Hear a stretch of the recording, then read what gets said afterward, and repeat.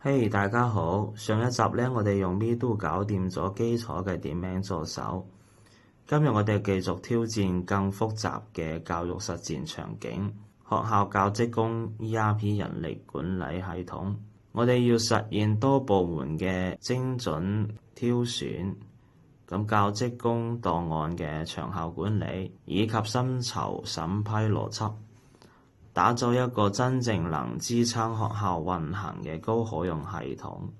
咁既然係俾學校使用嘅管理系統呢，咁首先第一步，我哋直接用大白話提需求，喺對話框入面講俾 Me-Do，最上方起名係教職工管理中心，先自帶10個模擬老師嘅名，方便我哋試用。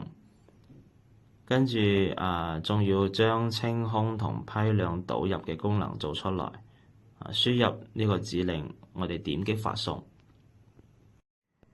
基礎功能生成之後呢，我哋直接通過一句説話，將佢配備後端嘅數據庫。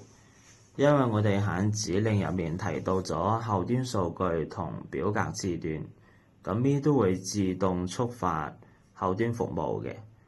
我哋只需要確保表格入面包含姓名、工號、學科、職稱、人工，以及喺前端增加對應嘅審批按鈕。發送之後呢， Me-Do 會喺背後自動將數據庫同前後端嘅邏輯一次性配好嘅。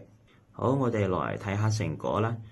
點擊側邊欄嘅數據圖標，可以睇到有一張包含教職工詳細檔案嘅數據庫表格已經做好啦。為咗讓全校唔同負責人都可以安全嘅使用，我哋講俾 Me-Do 聽，接入登錄技能，最開始提供案例賬號俾大家學習，然後系主任呢可以註冊自己嘅賬號，獨立管理自己部門嘅數據，實現學校內部嘅數據權限管理。接入登錄技能之後，我哋登錄自己嘅賬號，點擊清空數據，跟住打開教師花名冊，一鍵複製所有學校老師嘅工號、學科、職稱，咁就可以瞬間批量導入去啦。整體功能搞掂之後，我哋直接用鼠標去微調細節，雙擊頂部嘅標題改成學校嘅專屬校名。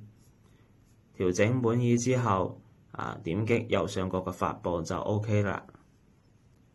咁從簡單嘅點名小工具到學校嘅 ERP 系統，我哋同樣只需要用大白話提需求就可以輕鬆搞掂啦。咁 Me-Do 嘅開發上限呢，完全就由你嘅想像力來決定㗎啦。咁大家可以動手試一下啦〜